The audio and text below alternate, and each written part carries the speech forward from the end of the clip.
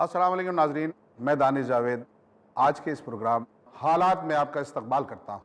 दोस्तों, आज के इस प्रोग्राम का मकसद है इंतहा पसंदी यानी आतंकवाद का विरोध। आतंकवाद वो नासूर है जो आज हमारे समाज के सीने पर रिस रहा है। एक ऐसा नासूर, चाहे वो हिंदुस्तान हो, चाहे वो दुनिया हो या दुनिया के अलग अलग ममालिक हों, हर जगह नासूर की तरह आतंकवाद ने, इंतहा पसंदी ने, टेररिज्म ने हमारे समाज को अपने घुटने के नीचे दबाया हुआ है और हमारा समाज किसी बीमार, किसी मरीज, किसी मजबूर इंसान की तरह तड़प रहा है, सिसक रहा है। क्या हम सब लोग, तमाम दुनिया और तमाम दुनिया के तमाम ममालिक आतंकवाद और इंतहा पसंदी का विरोध कर रहे हैं? आज हम सब मिलकर उसी आतंकवाद का विरोध करेंगे और ये जानने की कोशिश करेंगे क्या आतंकवाद से कामयाबी के साथ लड़ा जा सकता है। क्या आतंकवाद नाम के इस नासूर को अपने समाज के सीनों से नोचकर गंदगी के डिब्बे में डाला जा सकता है? क्या अपने समाज को पहले की तरह वापस सेहतमंद किया जा सकता है? आइए इस डिस्कशन को आगे बढ़ाते हुए मैं आपका तारुफ कराऊं आज के मेहमानों से। हमारे पैनल के पहले मेहमान हैं जैद खालिद पटेल साहब। इस्लामिक स्पीकर जैद खालिद पटेल साहब, मैं और मेरे नाजरीन आपका इस्तकबाल करते हैं। अस्सलाम वालेकुम रहमतुल्लाह।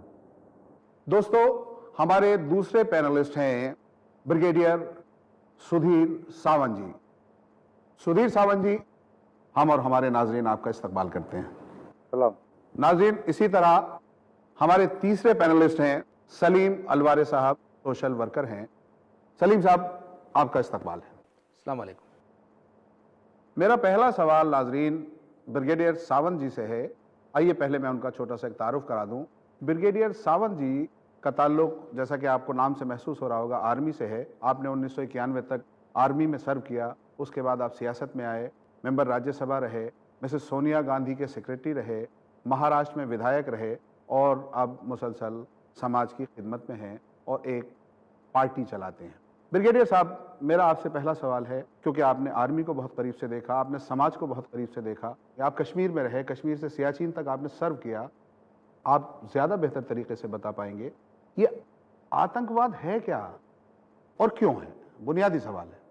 हाँ, पहले तो मैं लोकसभा में सांसद था और आपने जो सवाल पूछा है उसका यूनाइटेड नेशन भी अब तक जवाब नहीं दे सकती कि आतंकवाद क्या है, क्योंकि एक इंसान का आतंकवादी दूसरे का फ्रीडम फाइटर होता है और इसलिए भारत में इसको जो कहते हैं या दुनिया में, ये एक सियासती खेल है।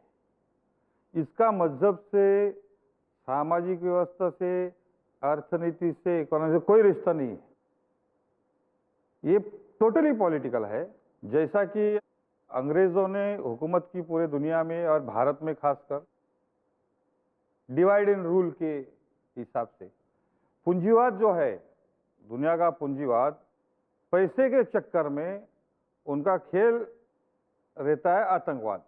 और जैसा मैंने देखा अभी, जो ब्रिटिश लोग ने हमको तोड़ के चले गए और वो सिलसिला चलते रहा है। अभी आप ये कहना चाहते हैं कि दुनिया के कुछ ममालिक बाकी तमाम दुनिया पर हुकूमत करने के लिए, अपनी चौधराहट कायम रखने के लिए टेररिज्म को, आतंकवाद को और इंतहा पसंदी को किसी टूल की तरह इस्तेमाल कर रहे हैं? बिल्कुल, ये बहुत सारे हमारे पास अभी प्रूफ भी है, ऐसा नहीं है कि ये पता नहीं है। चलिए मैं आपके पास आता हूँ इन प्रूफ्स पर डिस्कशन करने के लिए। उससे पहले दोस्तों, हम सलीम अलवारे साहब से बात करेंगे। सलीम अलवारे साहब हमारे सोशल वर्कर हैं और ख़ास तौर पर नौजवानों के लिए काम कर रहे हैं, नौजवानों के मसाइल के लिए काम कर रहे हैं और नौजवानों की इक़्तिसादियात के लिए काम कर रहे हैं। सलीम अलवारे साहब, आपसे भी मेरा वही सवाल है कि ये आतंकवाद क्या है? मैं बताना चाहूँगा नाजरीन को भी और मेरे साथ में जो पैनल पर लोग बैठे हैं उनको कि आतंकवाद का तारुफ ज़रा मुश्किल है, क्योंकि इसमें जो लोग मुलविस होते हैं वो अलग अलग मौक़ों पर अलग अलग किस्म के लोग होते हैं। कभी कोई मज़हब के नाम पर आतंकवाद करता है, कभी कोई स्टेट के नाम पर आतंकवाद करता है, कभी कोई ज़बान के नाम पर आतंकवाद करता है, कभी कोई इलाके के नाम पर दहशतगर्दी की हरकतें करता है। इसमें कभी कभी ऐसे लोग मुलविस होते हैं जो शिद्दत पसंद मजहबी होते हैं। मुसलमान भी हो सकते हैं, हिंदू भी हो सकते हैं, ईसाई भी हो सकते हैं। इंतहा पसंद है, मतलब इंतहा पसंद पीक पे आना है। कभी चाहते हैं। कभी इसमें कुछ ऐसे नौजवान मुलविस होते हैं जिनको महज छोटी सी लालच के लिए कोई एक ख़ास काम, मखसूस काम दिया जाता है शिद्दत पसंदी का, कि भाई ये टारगेट है, ये आप इसको आपको अंजाम देना है। वो नौजवान बिल्कुल बेखबर होता है कि वो क्या करने जा रहा है, उसके महरक़ात क्या होंगे, उसके नुकसानात क्या होंगे। उसको सिर्फ ये मालूम है कि मुझे एक मखसूस रकम मिलने वाली है, 25,000 50,000, बहुत ही छोटी रकम होती है, और उसके सिले में उसे ये कहा जाता है कि काम आपको करना है। वो बिला अंजाम की परवाह किए, बिला सोचे समझे उस काम को अंजाम करता है और उसके बाद उसका वो नतीजा भुगतता है। मेरे कहने का मतलब ये कि आतंकवाद की हमारे पास कोई डेफिनेशन नहीं है। अभी जैसा सावंत साहब ने कहा, एक इलाके के लिए एक शख्स आतंकवादी हो सकता है और दूसरी कंट्री के लिए वो वहाँ एक मुजाहिद भी हो सकता है। इस तरह के बहुत सारे मामला हमारे सामने आए हैं। बुनियादी बात यह है कि क्या हम लोग इसको रोक पाएंगे, या इसके जो महरिकात या जो इसके असरात अवाम में जो आ रहे हैं, एक आतंकवाद का एक हादसा हो जाता है कहीं पर, इस मुल्क की मैं बात करता हूँ, उसको जब इस्लामी दहशतगर्दी से जोड़ा जाता है तो इस पूरे मुल्क का मुसलमान सख्ते में जाता है, वो अपने आप को मुजरिम तस्वूर करता है। मैं आपके उसको- पास जी, आता हूँ। जी सलीम साहब, बहुत अच्छी आपने अभी बात कही कि इस्लामिक आतंकवाद से जोड़ा जाता है। ये इस्लामिक आतंकवाद क्या है, कि आतंकवाद का भी कोई मजहब होता है? आइए इस पे बात करते हैं। नाजरीन, हमारे साथ जैद खालिद पटेल साहब हैं हमारे पैनल पर। जैद साहब सोशल वर्कर हैं और पिछले 17 सालों से इस्लामिक स्पीकर हैं। पिछले 17 सालों से मुख्तलिफ प्लेटफॉर्म्स पर मुख्तलिफ लोगों के दरमियान जाकर इस्लाम का प्रोस्पेक्ट्स बताते हैं। जैद खालिद साहब, मेरा आपसे सवाल है कि इस आतंकवाद के चेहरे पर जो ये इस्लाम का नकाब लगाया गया है, इसका और इस्लाम का कितना ताल्लुक? इस्लाम जो 1400 साल से पीस का और अमान का मजहब कहलाता रहा, इस्लाम के पैगंबर जिनको अमीन कहा गया हज़रत मोहम्मद सल्लल्लाहु अलैहि वसल्लम को, उनका मजहब क्या आतंकवाद, टेररिज्म, क्या इंतहा पसंदी का हामी है? और अगर 1400 साल तक नहीं था तो अचानक अब कैसे हो गया है? क्या वजह है, क्या रीज़न है? क्या कोई इन इस्लाम वालों के साथ खेल रहा है, या इस्लाम वाले खुद गुमराह हो गए? क्या इस्लाम वालों के नाम पर लोग टेररिज्म कर रहे हैं, या ये इस्लाम वाले खुद इस्लाम से हट गए? मैं आपसे जानना चाहूँगा। अल्हम्दुलिल्लाह वस्सलातु वस्सलामु अला रसूलिल्लाह व अला आलिहि व सहबिहि अजमईन, अम्मा बाद। देखिए, इसमें मैं थोड़ा सा पहले से जवाब शुरू करना चाहूँगा। जो आपने बात कही थी, और मैं स्टार्टिंग से जो डिस्कशन फॉलो कर रहा हूँ, और ज़रूरी है, हम सब एक कॉज के लिए यहाँ जमा है और हम सब का एक मकसद है कि हम कुछ रोल अदा करें। और मैं समझता हूँ सारे नाजरीन और इंडिविजुअली हर एक इंसान सोल्यूशन का हिस्सा ज़रूर बन सकता है। लेकिन जैसे ही कहा जाता है कि सही डायग्नोसिस अगर हो जाए तो वो प्रॉब्लम सॉल्व करने में सबसे अहम और पहला कदम है। तो अब डायग्नोसिस में जो ये अल्फाज हम कई बार इस्तेमाल करते हैं, मीडिया में भी इस्तेमाल होते हैं, कि जैसे इंतहा पसंदी या एक्सट्रीमिज़म। अब ये बताएं कि अगर मिसाल के तौर पर कोई अगर इंतहाई सच्चा है, इंतहाई अमानतदार है, इंतहाई ऑनेस्ट है, इंतहाई अच्छा है, तो उससे किसी इंसान को कैसे प्रॉब्लम हो सकता है? तो इंतहा पसंदी या एक्सट्रीमली ऑनेस्ट है, एक्सट्रीमली सच्चा है, एक्सट्रीमली अच्छा है, तो उससे किसी को क्या प्रॉब्लम हो सकता है? तो हकीकत में क्या एक्सट्रीमिज्म रियली प्रॉब्लम है? तो हमें देखना है कि इंतहा पसंदी ये जो लफ्ज़ है, और क्या बिलीव्स कोई फॉलो कर रहा है जिन्हें वो इंतहाई फॉलो कर रहा है। मान लीजिए अगर बिलीव्स खुद ही गलत हैं और वो गलत है, इंतहाई बुरा है, इंतहाई चीटर किस्म का इंसान है, तो नेचुरली बुरी बात है। दूसरी बात, जैसे श्रद्धा का मामला है, और श्रद्धा अच्छी प्रिंसिपल्स के तहत हो, क्योंकि एक बात श्योर है कि सारे इंसानों का मालिक है, और जो हम सब का मालिक है वो एक है, और वो मालिक हमें रास्ता बताता है। और इंसानों के लिए जो रास्ता आया है, वो रास्ते पर जो चलेंगे जो लोग, वो इंतहाई उस रास्ते पर चल के इंसानों के लिए भलाई का जरिया बनेंगे। अब हम जब ये देखते हैं कि ये एक डेफिनेशन को देखते हुए हम टेररिज्म के डेफिनेशन को अगर देखें, और ब्रिगेडियर साहब ने बिल्कुल सही कहा, और अलवार साहब ने भी उसकी बिल्कुल तायद की कि कोई यूनानिमिटी इसमें मिलती नहीं। हम वो डिक्शनरी डेफिनेशंस लेकर अगर यहाँ रिपीट करें तो कोई मकसद तो हल नहीं होने वाला। एक बात ज़रूर है कि आम आदमी की ज़ुबान में जो आम लोगों में दहशत फैलाते हैं उसे दहशतगर्द कहते हैं, और उस दहशतगर्दी को आम लोग बुरा समझते हैं कि भाई जो मासूम इंसान है उन्हें परेशान करते हैं। मासूम इंसानों में दहशत जो फैलाई जाती है वो तो एक मानी भी बात है कि बुरी बात है। और इस्लाम ने तो अमन सिखाया है, पीस का रास्ता सिखाया है, और यही सिखाया है कि इंसाफ किया जाए, अच्छाई फैलाई जाए माशरे में। हर किसी को जीने का हक है। ऊपर वाले ने इंसानों को इख्तियार दिया, चॉइस दिया। चॉइस ये दिया कि आपको चाहिए तो सही रास्ते पर चलें, चाहे तो गलत रास्ते पर चलें, चाहे तो अच्छा करो, चाहे तो गलत करो। तो कोई एक इंसान दूसरे इंसान को फोर्स नहीं कर सकता बिलीव्स के मामले में। हाँ, कुछ लॉज है जो इंसानों को मानना है और वो लॉज अप्लाई किए जा सकते हैं, लेकिन बिलीव्स के मामले में तो फुल इख्तियार ऊपर वाले ने दिया है। यहाँ एक बड़ा सवाल है जैद खालिद साहब, बात थोड़ी सी तल्ख है मगर सच्ची है। अभी एक वाक़े को मैं मिसाल के तौर पे लेता हूँ। पाकिस्तान पेशावर में एक वाक़या हुआ जहाँ कुछ लोगों ने स्कूल में आकर कुछ मासूम बच्चों को मार डाला। मारे जाने वाले बच्चे, उनके माँ बाप और उनके ख़ानदान, और मारने वाले और उनके लोग, उनका ममालिक, सब के सब मुसलमान थे। उनमें से कहीं किसी का भी ताल्लुक डायरेक्ट या इनडायरेक्ट जो नज़र आता है किसी और दूसरे मज़हब से नहीं था। अगर ये टेररिज्म है तो ये क्या, कौन सा किस्म का टेररिज्म है? और अगर ये जिहाद है तो ये कौन सा जिहाद है जिसकी इजाज़त इस्लाम और कुरान मेरे नज़दीक तो नहीं देता? ये कौन से किस्म का है? ये क्या है? ये क्या वजह है? ये क्या है और क्यों हो रहा है? मैं जानना चाहता हूँ। देखिए, एक बात तो श्योर है कि इस्लाम ओरिजिनल सोर्सेज से हम जाकर देखें तो कुरान में क्लियरली समझाया गया है। कुरान की आयत है सूरह मायदा की, सूरह 5 आयत नंबर 32, मन क़तल नफ्सन बिगैरि नफ्सिन औ फसादिन फिल अर्ज़ फ़कअन्नमा क़तल नास जमीआ। किसी ने एक मासूम जान को मार दिया तो ऐसा है जैसे कि सारे इंसानों को मार दिया। और इसमें जो नफ्स दिया गया है उसमें ये नहीं दिया गया कि मुस्लिम जान, ये मुस्लिम हो, हिंदू हो, क्रिश्चियन हो, एक मासूम जान को कोई मारता है, उसने एक को नहीं मारा, ऐसा है जैसे उसने सारे इंसानों को मार दिया। वमन अहयाहा, और जो एक जान को बचा ले, फ़कअन्नमा अहया नास जमीआ, ऐसा है जैसा कि सारे इंसानों को बचा लिया। तो ये तो इंसानी जान की कदर कीमत है। लेकिन मेरे भाइयों, और मैं आपसे कहूँगा, नाजरीन से कहूँगा, और हम सब के लिए बहुत अहम बात है कि कई बार कई चीज़ें होती है जो लोग रिएक्ट करते हैं कि सामने ये हुआ, बहुत बुरा हुआ। और बहुत कॉमन सी बात है कि नॉर्मली कोई भी आतंकवाद का इंसिडेंट ग्लोबली होता है तो फर्स्ट थप्पा लगा दिया जाता है कि ये इस्लामिक टेररिज्म है। ये कॉमन ट्रेंड 9/11 से चल रहा है और ये ट्रेंड को लोग फॉलो करते आए हैं। तो क्या ये इंसाफ की रोशनी में सही है? हम देखते हैं कितने सारे मासूम लोगों पर कितनी सारी चीज़ें हुई है। कितनी बार ऐसा हुआ है कि फ्रंट में एक चीज़ हो रही थी, मीडिया ने एक पर्टिकुलर कैटेगरी के लोगों को ब्लेम किया, वो कैटेगरी के लोगों को पकड़ करके हैरेस किया गया, जेलों में डाला गया।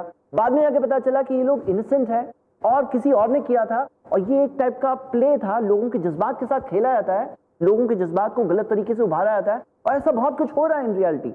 तो हम सबको एक संजीदा इंसान होने के तौर पर, एक सेंसिबल ऊपर वाले ने हम सबको अक्ल दी है सोचने के लिए कि आखिर में ये जो चीजें हो रही है इसके पीछे का जो एजेंडा है वो आखिर में हम कब पहचानेंगे। और हमारी ह्यूमन सोसाइटी जो एक आम इंसान है वो तो अच्छे से रहना चाहता है। आम इंसान को कोई इंटरेस्ट नहीं है कि किसी और के साथ जाके झगड़ा करे, वो अपनी जिंदगी जीना चाहता है। वो आम इंसान की जिंदगी डिस्टर्ब हो रही है सब सारे इंसिडेंट्स के रॉन्ग रिप्रेजेंटेशन की वजह से, और वो लोग जो ऐसी चीज कर रहे हैं वो अपने मकसद को करने में कामयाब काफी हद तक हो रहे हैं। लेकिन कब इस तरह की अवेयरनेस हमारे अंदर पैदा होगी, ये हमारे लिए बहुत अहम सवाल है। क्या खूबसूरत बात कही जैद खालिद साहब ने। ब्रिगेडियर साहब, मैं आपसे पूछना चाहता हूँ, जैद साहब की बात को आगे बढ़ाते हुए, आप कश्मीर में रहे और कश्मीर के नौजवानों के करीब रहे, और मैंने सुना कि कश्मीर के वो नौजवान जो अपने रास्ते से भटक गए थे उनमें से बहुत से नौजवानों को आप रास्ते पर लाए। मैं ये जानना चाहता हूँ, क्या कश्मीर में मौजूद या कश्मीर के बाहर या दूसरे हिंदुस्तान में जो जहाँ जहाँ आतंकवाद के जो जो चेहरे हैं, क्या उन तक कुरान पाक की आयतें नहीं पहुँचती? क्या बताने वाले उनको नहीं बताते कि इस्लाम इस बात का हामी है और तुम्हारा खुदा तुम्हें सज़ा देगा इस बात पर, अगर तुमने किसी एक इंसान को कत्ल कर डाला तो सारी इंसानियत को कत्ल करने जैसी सज़ा तुमको मिलेगी? क्या उन तक ये पैगाम नहीं पहुँचता? और अगर पहुँचता है तो क्या वो मानते नहीं? और अगर वो नहीं मानते तो उनके ना मानने का सबब क्या है? ये इस्लामिक टेररिज्म जो बोलते हैं ये प्रोपेगेंडा है, वेस्टर्न प्रोपेगेंडा है। अभी सऊदी अरेबिया का है इस्लामिक टेररिज्म है, या गल्फ स्टेट्स है, जॉर्डन है, इनको नहीं बोलते हैं लोग, तुर्की है। प्रॉब्लम यहाँ है ये सियासती मामला, ये जान के ये रिलीजियस मामला नहीं है। राइट। ये जानबूझ के क्या था। अभी जैसे कश्मीर में हमने तो टेररिज्म खिलाफ ही काम किया है, लेकिन टेररिज्म उधर क्यों था ये कोई सोचता नहीं है। वही बात जो कश्मीर में, वो आसाम में, गढ़चिरौली में, झारखंड में, सब जगह वही बात है। रोटी कपड़ा मकान। आज भी कश्मीर में रास्ते नहीं है, गाँव में आज भी पानी नहीं होता है, आज भी वहाँ पर रॉकेट लेके जाना पड़ता है। नौजवान गुस्सा होते हैं सियासत से, और सियासत करने वाले सब मुस्लिम ही है ना वहाँ। तो हम लोग ने ये बात समझाई बहुत सारे लोगों को, बच्चों को, और 2,500 टेररिस्ट को सरेंडर कराया एक दिन। 2,500 94 में हथियार रखे उन्होंने। कुकू पेरे उनके लीडर थे, वो एमएलए बन गए 95 इलेक्शन में, उनका मर्डर भी हो गया। फिर बाद में इनके साथ बहुत बुरा होने लगा, और इसलिए जब मैं गया था कश्मीर में, ये सब मिले मुझे, फिर हम लोग ने देखा कि अन्याय हो रहा है। ये तो मुस्लिम ही थे ना, तो फिर उनको हमने गवर्नमेंट को बहुत मूवमेंट करना पड़ा, 4 साल लगे। ये सारे आतंकवादी जो थे उनको फिर आर्मी में लिया, और साथ में 8,000 की कश्मीर में फौज बनाई गई है। 8 बटालियन से 8,000 कश्मीरी मुसलमान वहाँ पर फौज में है, और वही आज आतंकवाद के खिलाफ लड़ने का काम किया है। लड़ना भी नहीं पड़ा है, क्योंकि हर गांव से 10-15 लोग जब फौज में आए हैं तो गांव में टेररिस्ट को एंट्री बंद हो गई है। इसलिए आज 75% वोटिंग कश्मीर में हुआ है। इसलिए आर्मी का गलत प्रोपेगेंडा हुआ है। आर्मी क्या बोलती है, आतंकवाद को बंदूक के गोली से नहीं जीत सकते हैं, आतंकवाद को दिल और दिमाग को जीत के खत्म करना पड़ता है। और दिल और दिमाग को जीतने का काम, और ये आर्मी का स्टेटमेंट, आर्मी का रूल है, स्टेटमेंट नहीं है, ये कानून है। मुझे इस्लामिक टेररिज्म के बारे में यही कहना है कि वो टेररिस्ट थे जैसे नक्सलवादी टेररिस्ट है, क्या बात, उधर झारखंड में माओइस्ट है, ये वैसे ही टेररिस्ट है। रीजन वही है, यही टेररिस्ट जो थे कल पुलिस बन गए और आर्मी के बन गए और टेररिज्म खत्म हुआ। इसे इस्लामिक टेररिज्म का सवाल किधर आता? लेकिन प्रॉब्लम कैसा हुआ है, आप खुद ही कह रहे हैं, यहाँ पर जो पैनल में लोग बैठे हैं वो भी यही कह रहे हैं कि हम लोग बात इस्लामिक टेररिज्म की कर रहे हैं। आज तक मैंने कभी सुना नहीं कि हिंदू टेररिज्म या बर्मिस लोगों का बर्मिस टेररिज्म या LTTE वालों का श्रीलंकन टेररिज्म।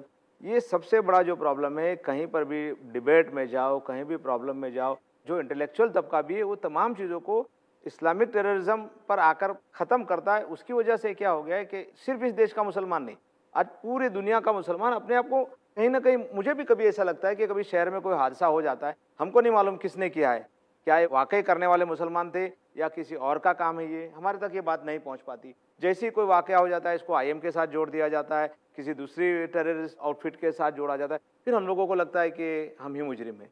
तो कहीं ना कहीं मुझे ऐसा लगता है ब्रिगेडियर सावंत साहब कि आप जैसे लोगों को आगे आकर, हम ये कहते हैं ना इस्लामिक टेररिज्म से वर्ड इस्लाम को हटाना पड़ेगा, सिर्फ टेररिज्म लफ्ज को रखना पड़ेगा, फिर इस टेररिज्म के खिलाफ पूरे मुल्क के लोगों को मिलकर लड़ाई लड़नी पड़ेगी। नहीं, एक बात इन्होंने जो कहा मैं उस पर क्या प्रॉब्लम क्या होता है कि आप छोटे लेवल पर देखते, गांधी को किसने मारा, फिर पानसरे को किसने मारा परसों, फिर दाभोलकर को किसने मारा, ये कौन सा टेररिज्म है? अजमेर बम ब्लास्ट, समझौता express bomb blast, Jalna bomb blast, Nanded, Parbhani, ये सारे मालेगांव, ये बम ब्लास्ट किसने किए? तो उनको आप आतंकवादी क्यों नहीं करते? ये पानसरे का मर्डर है, टेररिस्ट अटैक है, तो जिन्होंने मारा है वो टेररिस्ट ऑर्गेनाइजेशन है, फिर वो हिंदू हो या कोई हो, इन्होंने बोला जैसा वो टेररिस्ट ऑर्गेनाइजेशन। सवाल ब्रिगेडियर साहब यहाँ ये है कि ऐसा कौन कर रहा है, ऐसा क्यों हो रहा है? कोई एक अगर हमला होता है या कोई एक वाकया होता है या कोई एक ब्लास्ट होता है जिसमें कोई एक मुस्लिम नेम होता है, तो फौरन हमारा मीडिया और हमारा समाज और हमारे अखबारात एक नतीजे पे पहुंच जाते हैं कि इसमें, मतलब विद इन आवर्स एक न्यूज़ आ जाती है कि इसमें IM का हाथ है। और जैसा आपने अभी कहा, इतने सारे कांड गिना दिए आपने, और आपने खुद कहा कि किसी और ऑर्गेनाइजेशन का हाथ है, इसमें कोई मुसलमान नहीं पाया गया। आज तक हम इन तमाम वाकयात को एक साथ इकट्ठा करके कोई नाम नहीं दे पाए। तो हम कम से कम हम तो नहीं देना चाहते, क्योंकि हमारे हिसाब से ना आतंकवाद हिंदू होता है, ना मुसलमान होता है, ना ईसाई होता है। आतंकवाद आतंकवाद होता है, उसका कोई मजहब नहीं होता, कोई चेहरा नहीं होता, कोई रंग नहीं होता, कोई रूप नहीं होता, सिवाय तबाही के। लेकिन वो लोग जिन्होंने इस आतंकवाद को इस्लामी नाम दिया, वो दूसरे आतंकवाद को दूसरा नाम क्यों नहीं दे पाते, और उसके पीछे कौन लोग हैं, मकसद क्या है? और उधर अजमेर में और यहाँ वहाँ ब्लास्ट होते हैं, किसी का नाम नहीं आता। इसको रोकने में क्या हमारा हिंदुस्तानी मीडिया जिम्मेदार है या हमारी हिंदुस्तानी सियासत जिम्मेदार है? जो मीडिया है वो पूंजीवादियों के हाथ में है, और ये जानबूझ के इसको किया जाता है। ये डेलिब्रेट प्रोपेगेंडा है, गोबेल्स का प्रोपेगेंडा। मतलब जो पूंजीवादियों के टूल है, पूंजीवादियों के कोई, अभी क्या होते हैं लोग भी गुमराह हो जाते हैं। ये हिंदू मुस्लिम एक तो बना के रखा है इस देश में, तो हर चीज उस एंगल से देखा जाता है, और उस एंगल से फिर पॉलिटिक्स के लिए हमको ये वोट चाहिए, वो वोट चाहिए, एक मारता है दूसरा आंसू पोंछता है। ये दोनों अभी इधर सापनाथ नागनाथ का खेल चल रहा है। इस बीच में ये सारा दंगा फसाद, ये 4S, ये आतंकवाद चल रहा है। कोई इसके लिए कुछ लड़ने के लिए कर नहीं रहा है। आज का टॉपिक हमारा जो है वो हमें दूसरी तरफ लेके जाता है। आपने बहुत अच्छी बात कही कि इस्लामिक टेररिज्म नाम की कोई चीज़ मौजूद ही नहीं है, हिंदुस्तान हो या दुनिया हो। आतंकवाद के चेहरे पे एक मास्क लगा दिया गया है, अगर मैं अपने शब्दों में कहूँ, एक मास्क लगा दिया गया, एक फेस लगा दिया गया है, जिसे इस्लामिक आतंकवाद या इस्लामिक टेररिज्म कहा जा रहा है। ज़ैद खालिद साहब, अगर ब्रिगेडियर साहब की राय को सही माना जाए तो इस्लामी आतंकवाद नाम की कोई चीज़ एग्जिस्ट ही नहीं करती, बल्कि आतंकवाद के चेहरे पर एक मुखौटा लगा दिया गया जिसे इस्लामिक आतंकवाद या इस्लामिक इंतहा पसंदी का नाम दिया गया। मेरा आपसे सवाल यह है कि हम या मुसलमान कौम या वो कौम जो इस्लाम को मानती है, उसने किसी को इतना मौका क्यों और कैसे दिया कि उसके चेहरे पर एक मुखौटा लगा दिया जाए और उसे तमाम दुनिया में इंतहा पसंद डिक्लेयर कर दिया जाए? बिल्कुल सही बात यह है कि अगर कहीं पर ब्लैंक है तो कोई भी वहाँ पे आके कुछ फिल कर सकता है। अगर इस्लाम क्या सिखाता है और मुसलमान क्या चीज़ को मानते हैं, ये चीज़ अगर मुस्लिम्स क्लियरली बता देते दुनिया के इंसानों को और क्लैरिटी रखते, एक कम्युनिकेशन होता, एक बात पैगाम सिर्फ पहुँचाया जाता। किसे क्या मानना है वो तो ऊपर वाले ने इख्तियार दिया है, वो तो कोई ले नहीं सकता। लेकिन अगर ये पैगाम हम पहुँचाए होते, वहाँ पे एक खाली जगह नहीं होती, तो कोई भी वहाँ पे आके कोई लेबल फिट नहीं कर सकता। लेकिन यहाँ हो क्या रहा है कि जब हम एक कम्युनिकेशन गैप रखते हैं, इस्लाम क्या सिखाता है वो चीज़ के ताल्लुक से एक अवेयरनेस आम मासेस में है ही नहीं, तो फिर जो भी कुछ भी कह दे ये धर्म आतंकवाद सिखाता है या ये रिलीजन ये सिखाता है, तो वो चीज़ वो लेबल आकर चिपक जाता है, वो लेबल आकर इस तरह से हम पर फिट हो जाता है। तो इस सिचुएशन में हम ये देखते हैं कि कई सारी ऐसी ताकतें, फोर्सेस, लॉबीज रहे हैं, अभी नहीं हिस्ट्री में भी, जिनका एक मकसद था इंसानों में झगड़ा फैलाना, फसाद फैलाना, जंगों को फैलाना, प्रॉब्लम्स क्रिएट करना। ये कोई नया प्रॉब्लम नहीं है, ये जो आज दुनिया में हो रहा है ये हिस्ट्री में होता आया है अलग अलग तरह से। लेकिन हम ये देखें कि इस चीज़ के अंदर करना क्या है। एक उस शख्स को जो इस चीज़ पर ईमान लाता है, अल्लाह पर, अल्लाह के भेजे हुए रसूलों पर, अल्लाह की भेजी हुई किताब पर, उसे क्या करना है, एक आम इंसान को क्या करना है। तो जो हम ये देखते हैं कुरान में अल्लाह ताला ने बताया सूरह माइदा सूरह 5 आयत नंबर 64 कि वो लोग जंग की आग सुलगाते हैं और अल्लाह ताला उस आग को बुझा देता है। तो ऐसे लोग होते हैं जो सुलगाते आए हैं और आते रहेंगे। लेकिन हम क्या करें, ये हमारे लिए बहुत ज़रूरी है कि हम इस बात पर गौर करके इसके सोल्यूशन को जानें। मैं आपसे एक बड़ा चुभता हुआ सवाल पूछना चाहता हूँ जी, जो शायद आपको परेशान भी करे। आम तौर पर जब इस्लामिक टेररिज्म की बात होती है तो इस्लामिक टेररिज्म के साथ लफ्ज़ जिहाद को जोड़ दिया जाता है। आप ज़ाती तौर पर जिहाद और इस्लामिक टेररिज्म को कैसे अलग करेंगे? जी देखिए, जिहाद का डेफिनेशन, ये भी एक कम्युनिकेशन गैप है कि लोग जानते ही नहीं हैं कि जिहाद का डेफिनेशन क्या है।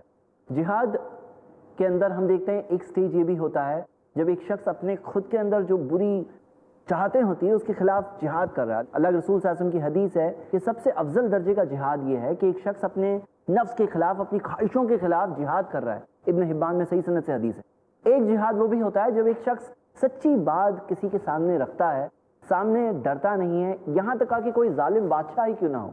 हम देखते हैं अल्लाह के रसूल सल्लल्लाहु अलैहि वसल्लम की हदीस है इब्न माजा में सही सनद से कि अफदलुल जिहाद, सबसे बड़े फजीलत वाला जिहाद है कि कलिमतु हक़्क़िन इंद सुल्तानिन जायर, कि एक जालिम बादशाह के सामने सच्ची बात को रखना, इंसाफ की बात को रखना, एक सिस्टम के खिलाफ। तो ये भी एक तरह का जिहाद है according to Islam, according to the हदीस।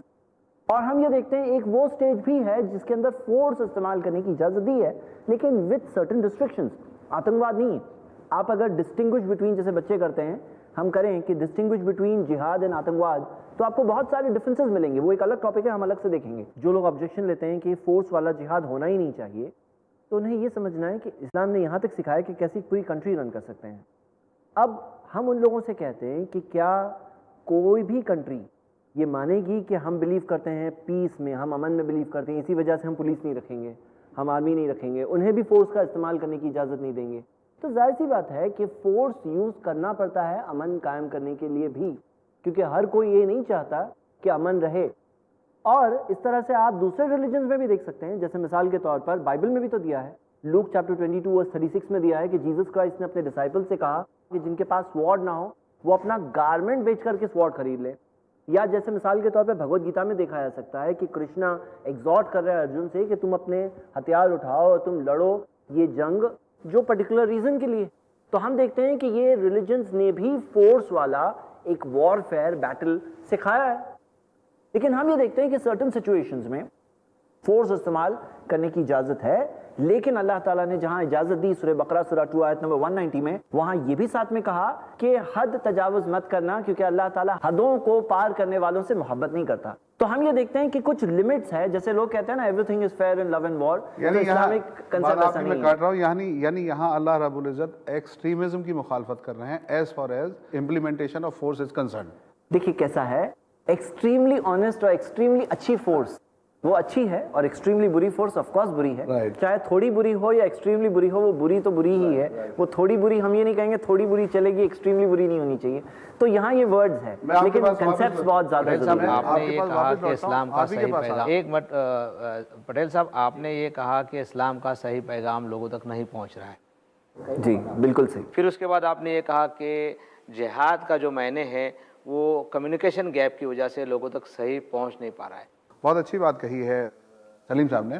ये अगर कम्युनिकेशन गैप है तो इसका जिम्मेदार कौन है?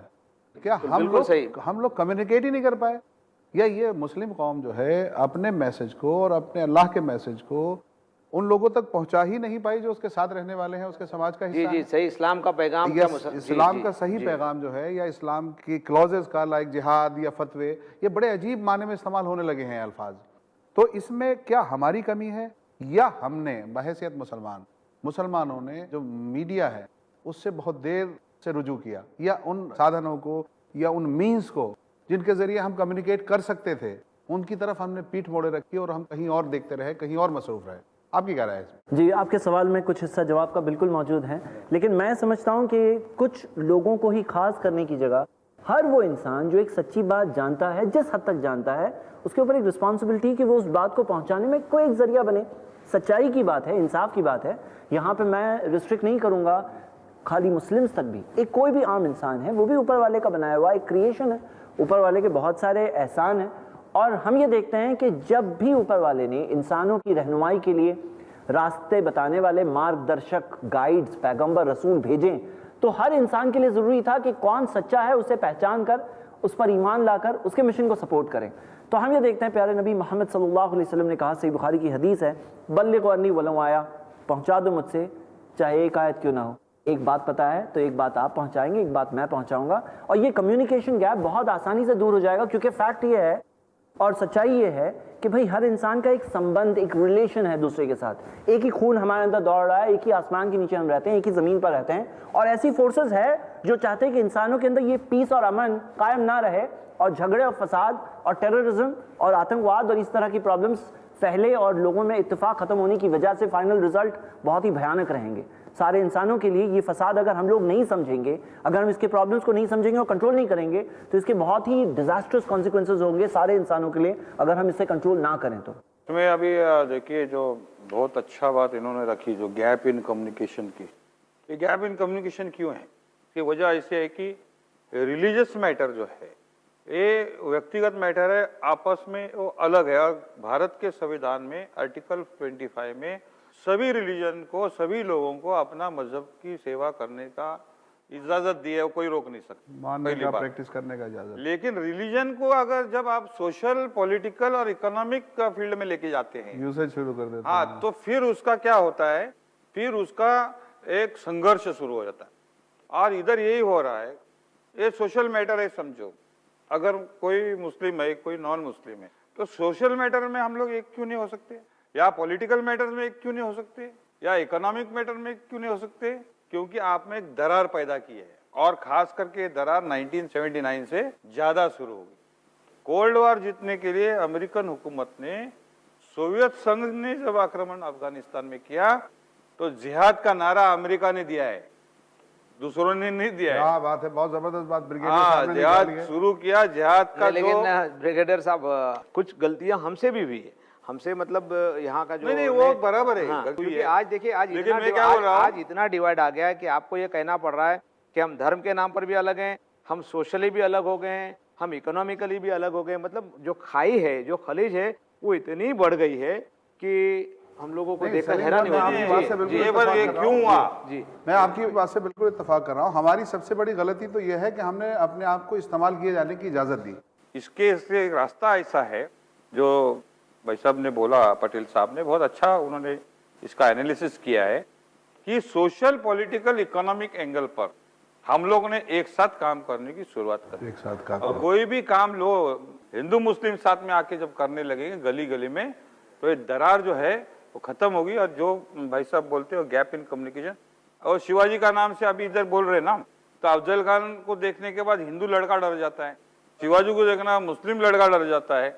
लेकिन हिस्ट्री अलग है, शिवाजी के 2 बॉडीगार्ड मुस्लिम थे जब अफजल खान को मिले थे, और अफजल खान के 2 बॉडीगार्ड मराठा थे, मोहिते, जब इनको मिले थे। अफजल खान का वकील था कृष्णाजी भास्कर कुलकर्णी और शिवाजी का वकील था काजी हैदर। शिवाजी के 3 सिपह सलार मुसलमान थे, वाकायदा नूर खान बेग, इब्राहिम खान, दरिया सारंग और बहुत सारी फौज थी। तो इधर क्या किया, शिवाजी मुसलमानों के खिलाफ बोलते हैं, जब उनकी आधी फौज वो थी, उनके बॉडीगार्ड 600 पठान थे।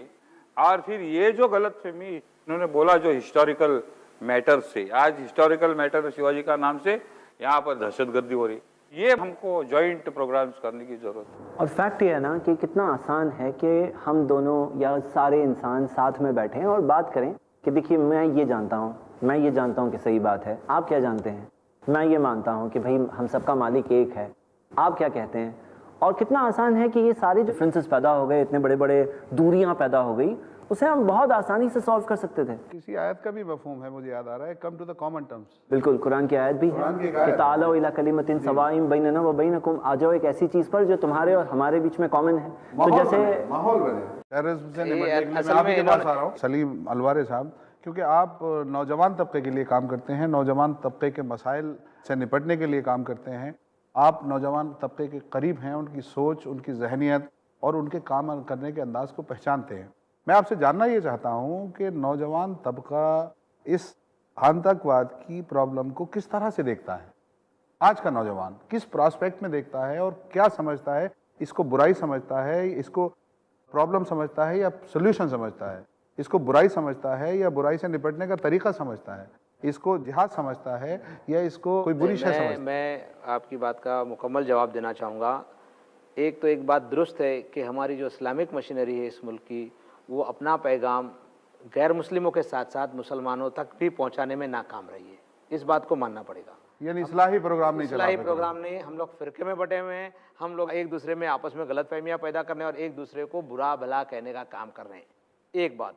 दूसरी बात, मैं इस तरफ आऊँगा, मैं आपको बता रहा हूँ, सो कॉल्ड टेररिज्म, आप इसको एक नया टर्मिनोलॉजी कह सकते हैं कि सो कॉल्ड टेररिज्म, पॉलिटिकल लोग जो है ना उसको पॉलिटिसाइज किया गया है। सो कॉल्ड टेररिज्म को पॉलिटिसाइज किया गया है ताकि इक्तदार की सीढ़ी तक पहुंचा जाए, और इस वजह से कई लोग इक्तदार की सीढ़ी पर पहुंच भी गए हैं। और मुझे लगता है ये सिलसिला थम जाना चाहिए। नौजवानों की जहाँ तक बात है, मैं दोनों पर्सपेक्टिव में बात करूँगा, एक हिंदू नौजवान, एक मुस्लिम नौजवान, और फिर मैं दोनों की बात करूँगा। हिंदुओं के जहन में ये बात बैठ गई है कि मुसलमान नौजवानों को दहशतगर्दी की ट्रेनिंग दी जाती है, इनको दहशतगर्द बनाने के लिए बाकायदा मदरसे और स्कूल खोले जा रहे हैं। हालांकि बिल्कुल गलत बात है। एक आरटीआई में हमने पूछा था, आप भी सुन लीजिए सावंत साहब, कि हिंदुस्तान में जितने जो हज़ारों मदरसे हैं, अरबी मकतब हैं, क्या इसमें किसी अरबी मदरसे में कोई टेररिस्ट एक्टिविटीज़ हुई है आज तक पिछले 25, 30, 40 सालों में? तो मिनिस्ट्री ऑफ होम अफेयर्स का जवाब है कि आज तक किसी भी अरबी मदरसे में, किसी भी इस्लामिक स्कूल में हमको टेररिज्म का कोई सबूत नहीं मिला है। आज तक कभी हमको हथियार नहीं मिले। लेकिन हालात इस तरह के बनाए गए कि गैर मुस्लिम कोई भी हो, खुसूसन इस मुल्क का हिंदू ये सोचता है कि जो ये मदरसे हैं, ये जो मदारिस है, ये दहशतगर्दी की ट्रेनिंग दी जाती है। और इसकी असल वजह ये है कि मैंने ये कहा कि फिर मैं दोहराऊंगा कि इस्लामिक मशीनरी अपना पैगाम हमारे जो बरादरान वतन हैं उन तक पहुँचने में मुकम्मल तौर पर नाकाम रही है। अब मैं मुस्लिम नौजवानों की तरफ आ रहा हूँ। मुस्लिम नौजवान इस मुल्क का ये महसूस कर रहा है कि जो चंद लड़के इस तरह के वाक़यात में मुलविस है या नहीं, लेकिन इन पर इल्ज़ामात लगे हैं, तो उनकी गिरफ्तारियां हुई हैं, ये हमारे दूसरे नौजवानों को लगता है कि ये नौजवान चूँकि इन पर मुजालिम होते रहे हैं, हालात इस तरह के आते रहे हैं, इसलिए इन लड़कों का या इन नौजवानों का झुकाव टेररिज्म की तरफ हुआ है। इसको हुकूमत को बहुत संजीदगी से लेना चाहिए। और क्यों हो रहा है इस तरह के, भले 5 नौजवान हो, भले 4 नौजवान हो, भले 10 नौजवान हो, इनका झुकाव टेररिज्म की तरफ क्यों गया?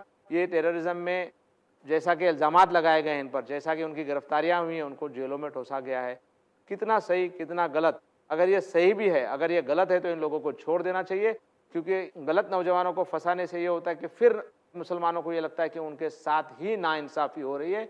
इस मुल्क में जो इंसाफ का पैमाना है वो अलग अलग है, जुदा जुदा है। इसलिए इस बात का अमकान भी हो सकता है कि मज़ीद हमारे नौजवान गुमराह हों, लेकिन इस नौजवानों को गुमराही से बचाने के लिए हमारी जो इस्लामिक मशीनरी है उसको भी मैदान में आना चाहिए, और हमारी जो सरकार है उसको भी इसको बहुत ही सीरियसली लेकर के जिन नौजवानों पर जुल्म हुआ है, जिन लोगों को जेलों में ठोसा गया है बिला सबब, उन लोगों को रिहेबिलिटेशन, जैसा इन्होंने कहा कि मैंने बहुत कामयाब रिहेबिलिटेशन किया हूँ, हकीकी दहशतगर्दों को मैंने फौज में लाया है, तो क्या हम हमारे वो नौजवान जो थोड़ा बहुत इधर उधर हुए हैं या गलत फहमी का शिकार है, क्या हुकूमत उनको उनकी रेटिफिकेशन या हुकूमत उनको करेक्टिव उसके तहत कोई एम्यूनिटीज़ वगैरह देकर क्या उनको सही हिंदुस्तानी नहीं बना सकती?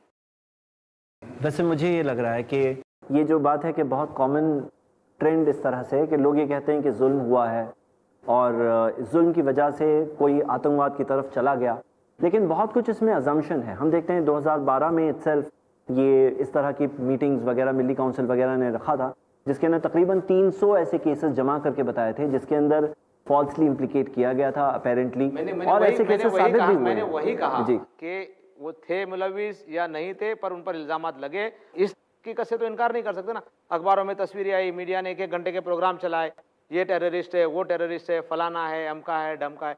अब उन लोगों को उनके करियर तबाह हो गए, 8 साल 10 साल के बाद उनको जेलों से छोड़ा जा रहा है, तो हुकूमत की कुछ जिम्मेदारी बनती है कि नहीं? जी बिल्कुल सही। अच्छा, मैं यहाँ पर तमाम तीनों मेहमानों से एक सवाल पूछना चाहता हूँ। आमतौर पर हमारे समाज में दो किस्म की मेंटलिटी रखने वाले लोग हैं। कुछ तो वो लोग हैं जो ये समझते हैं कि हर वो मुसलमान जो किसी ऐसी एक्टिविटी में पकड़ा जाता है वो टेररिस्ट है, उसका कोई ना कोई लिंक है, कम या ज़्यादा। और एक वो जहनीत के लोग हैं जो ये समझते हैं कि कितने बड़े ब्लास्ट में कितने ज़्यादा सबूतों के साथ पकड़ा गया कोई भी मुसलमान जो बच्चा है या लड़का है या कोई आदमी है वो टेररिस्ट हो ही नहीं सकता, उसे फंसाया गया। इन दो सोचों की, अलग अलग सोचों की वजह क्या है और इनमें सच्चाई कितनी है, और इन्हें कैसे एक दूसरे के करीब इन दो सोचों को लाके खत्म किया जा सकता देखो, इसमें दो इश्यूज में आते हैं। जुल्म हुआ है, लड़कों में एक गुस्सा है, मैंने देखा है ना कश्मीर में, तो मैं तो यही इसमें ही था। साहब ऐसा है एक मिनट, वो कश्मीर का मैंने देखा, तो ये जो एंगर है ये किसी वजह से हो सकता है। Anger because of atrocities, anger because of misbehaviour by the police, anger because of roti kapda makaan, तो इसका रिएक्शन होता है। और रिएक्शन सिर्फ मुस्लिम क्यों, हिंदू लड़के इतने क्यों टेररिस्ट है? तो आप क्या कहना चाहते हैं कि ये एंगर टेररिज्म में बदल सकता है? हाँ, तो एंगर है, वो बदलता है, ये एक मैटर है। दूसरा मैटर, एक मैं सारे आवाम से अपील करूंगा आपके माध्यम से कि एक मुस्लिम प्रॉब्लम बोल के मत देखना, ये एक भारत का प्रॉब्लम है। और मैं भारत का सिटीजन होने के नाते, आप भारत के सिटीजन होने के नाते, हमको एक दूसरे से मदद करनी चाहिए। तो सवाल यह है कि जॉइंट प्रॉब्लम जो है रोटी कपड़ा मकान के, एम्प्लॉयमेंट, क्यों मुस्लिम बच्चे पुलिस में नहीं है? मुस्लिम बच्चों को पुलिस में जाना चाहिए, मुस्लिम बच्चों को मिलिट्री में जाना चाहिए। मैंने 8000 लोग को किया है। हाँ, यहाँ मैं आपसे सवाल करता हूँ, एक ब्रिगेडियर साहब, आप बड़ी बेबाकी से बोलने वाले इंसान हैं। ये मुस्लिम बच्चे पुलिस में नहीं है, इसका रीज़न क्या है? खुद मुस्लिम बच्चे या वो सिस्टम जो पुलिस में भर्ती करता है? नहीं, रीजन एक मैं देखा है, दो तीन रीजन है। एक रीजन मुस्लिम कौम का ये ऐसा लगता है कि हमारे लोग को लेंगे नहीं। दूसरा, थोड़ा कल्चरली एक अलग अलग काम में लगे हुए हैं लोग, तो जहाँ पैसा मिलता है, तो इसलिए वो हो सकता है। हमारे गांव के कई मुस्लिम बच्चे जो पुलिस में गए बहुत कामयाब रहे। और मैं चाहता हूँ आपके माध्यम से कि आपके चैनल के माध्यम से भी कि ज़्यादा से ज़्यादा इनको ट्रेनिंग देके इनको एग्जाम में बिठाइए, आप देखेंगे कि ये बदल जाएगा। तो कुछ तो कोशिश हर साइड से होनी चाहिए, मैं करूँगा कोशिश। अभी कितने लिए, अभी दूसरा इसलिए जो है अलग अलग प्रॉब्लम्स है। मुंबई के कितने प्रॉब्लम है, बहुत सारे पानी के, इसके झोपड़पट्टी के, क्यों हिंदू मुस्लिम एक साथ आके इसके खिलाफ लड़ते नहीं है? कॉमन इश्यूज को लेके मतलब आप एक ऐसे भारत का ख्वाब देख रहे हैं जिसमें हिंदू समाज की समस्याओं के लिए मुस्लिम लीडर लड़े और मुस्लिम समाज की समस्याओं के लिए एक हिंदू लीडर लड़े। मैं एक मिसाल देता हूँ। मेरे गांव में पंचायत समिति का इलेक्शन था, जैसा कॉरपोरेशन का होता है, तो मैंने एक मुस्लिम कैंडिडेट खड़ा किया। कितने वोट थे? 50। टोटल 5000 में 50 वोट मुस्लिम। वो मेरे को लोग बोले, ये तुम क्या कर रहे हो, इधर मुस्लिम है ही नहीं यार, तुम उनको खड़ा कर रहे हो। मैं बोला, मेरे गांव से मिसाल जानी चाहिए पूरे देश में कि जिधर मुस्लिम नहीं है उधर मुस्लिम चुन के आया। आपको बता दो, सबसे बड़े मार्जिन से नादिर शाह पटेल मेरे यहाँ चुन के आया। ये क्या है, इसको हिम्मत लगती है, हार जीत नहीं देखना होता है, कभी कभी आपको मिसाल डालनी पड़ती है अपने घर में। ये चीज मुस्लिम लीडरशिप भी करनी चाहिए, हिंदू लीडरशिप भी करनी चाहिए। अच्छी बात, ब्रिगेडियर साहब ने बड़ी अच्छी बातें की अभी, और हमें ये बताया कि समाज में फैला हुआ इंजस्टिस और ज़्यादतियाँ और नौकरियों का ना मिलना और उनके साथ लगाए गए गलत इल्ज़ाम और उनको बग़ैर किसी जुर्म के मिलने वाली सज़ाएँ या जेलें। मैं अपने सवाल को किसी दूसरी तरह से दोहराता हूँ कि ठीक है, ये साजिशें हैं, लोग मुसलमानों के नाम लाते हैं ये साबित करने के लिए कि मुसलमान ऐसे होते हैं, मुसलमान वैसे होते हैं, इनकी पहचान ये है, इनका मज़हब ये है, इनका मज़हब इन्हें आतंकवाद की तालीम देता है। लेकिन सवाल ये है कि हम उसे रोकने के लिए कर क्या रहे हैं? अगर लोग सोशल मीडिया पे, अगर लोग मीडिया पे या दूसरे ज़राए अबलाग पर मुसलमानों के ख़िलाफ़ ये साजिशें कर रहे हैं, तो मुसलमान इस साजिश से बचने के लिए क्या कर रहा है? क्या वो सोशल मीडिया पे उतना एक्टिव नहीं है? क्या वो मीडिया से उतना जुड़ा हुआ नहीं है? या वो कहीं ना कहीं उसके जो तौर तरीके हैं, उसका जो कम्युनिकेट करने का ढंग है वो पुराना है और वो लोगों तक नहीं पहुंच पा रहा? जी, मैं समझता हूँ कि हर किसी की जो ज़ुबान है ना, ये बेस्ट मीडिया है। और ये ज़ुबान अगर खोलने लगे, बात करने लगे, एक सच्ची बात, सच्चाई की बात, वो बात पहुँचाएँ, तो ये मीडिया से लोगों का जहन बनेगा, क्योंकि ये है वर्ड ऑफ माउथ। और हर अवेलेबल रिसोर्स को इस्तेमाल करना चाहिए, चाहे वो सोशल मीडिया जैसे फेसबुक वगैरह है। आज तो हर किसी के पास कुछ ना कुछ कम्युनिकेशन टूल आ गया है। और चाहे वो सैटेलाइट लेवल मीडियम या जिस किसी तरह से एक इंसान जरिया बन सकता है एक सच्ची बात को पहुंचने में, एक नाइंसाफ़ी को रोकने से। और इंडिया के तौर पर, क्योंकि सच्ची खैर खाई इस्लाम ने सिखाया है कि जहाँ रहते हो सारे अंबिया ने अपनी कौम के लोगों से कहा कि ऐ मेरे कौम के लोगों, मैं तुम्हारा अमानतदार, सच्ची सिंसियर एडवाइस देने वाला हूँ। तो मुस्लिम जो होता है वो एक जगह का खैर खा होता है, जहाँ रहता है वहाँ का सच्चा सबसे बड़ा खैर खा वहाँ का रहने वाला मुस्लिम होता है। तो वो मुस्लिम को वैसा बनना चाहिए, दुनिया के इंसानों के साथ, अपने खास अपने लोगों के साथ। और पड़ोसी का हक जो कहा गया है, तो पड़ोसी चाहे मुस्लिम हो या गैर मुस्लिम हो, सबके साथ अच्छा करना है। तो एक अमली दावत है ये। जी, क्या खूबसूरत समाज बनता है और एक ऐसा समाज बनता है कि जिसमें आतंकवाद के लिए कोई गुंजाइश नहीं होती। आइए ब्रिगेडियर साहब से सवाल करते हैं कि ये जो हिंदुस्तान में आतंकवाद है, क्योंकि आपकी तमाम दुनिया की सियासत और तमाम दुनिया के हालात पे बड़ी गहरी नज़र है, ये जो हिंदुस्तान में मौजूद आतंकवाद है और ये जो बाकी तमाम दुनिया में मौजूद आतंकवाद है, इसमें क्या फ़र्क? नहीं, फ़र्क तो कोई नहीं, वो एक रिजल्ट है आज की व्यवस्था का। मतलब मैं पहले, अभी लोग सुनते नहीं सुनते मुझे पता, जैसे कि अभी मैंने बोला सोवियत संघ के खिलाफ जिहाद किया अमेरिका ने, और सारे सऊदी अरेबिया से के लेके सब लोग उधर आए और जिहाद का वो चलते रहा। फिर 9/11 का भी परिणाम उसका हुआ। मुझे एक अपील करना है, इसके लिए सोल्यूशन निकालना चाहिए। और सोल्यूशन में कहाँ देखता हूँ? भारत के संविधान में देखता हूँ। भारत के संविधान मतलब किस लिए? इस सब चीज़ का, आपके सब प्रश्न का उसमें उत्तर है। दुर्भाग्य से संविधान लागू नहीं करते हो, खत्म करने के चक्कर में। रिलीजियस मैटर में सभी लोगों ने आप अपने जो मर्यादा है और अपना रिलीजन को अच्छी तरह से पालन करना चाहिए। मतलब कुरान का पालन अगर कोई करता है तो गलत कर ही नहीं सकता, बेसिक चीज है। तो इसलिए गीता का पालन करता है वो भी गलत नहीं कर सकता। उसमें क्या लिखा है मैसेज कि अपना ड्यूटी करो, फल की अपेक्षा मत करो। ये गीता का एक सेंट्रल मैसेज है और उसमें कोई भगवान ये वो मूर्ति कुछ भी मेंशन नहीं है। दूसरा चीज है, सोशल मैटर में हम लोग को प्रोग्राम्स लेने पड़ेंगे।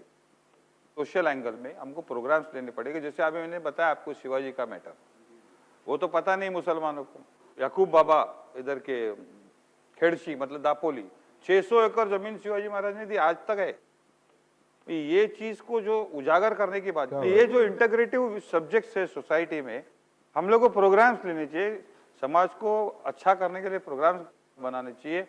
ये जो हो रहा है अभी, क्या घेटो बन गए, एक जगह सारे जाके मुसलमान रह गए, दूसरे हिंदू हो गए, ये बहुत खतरनाक चीज है। दूसरा है इकोनॉमी।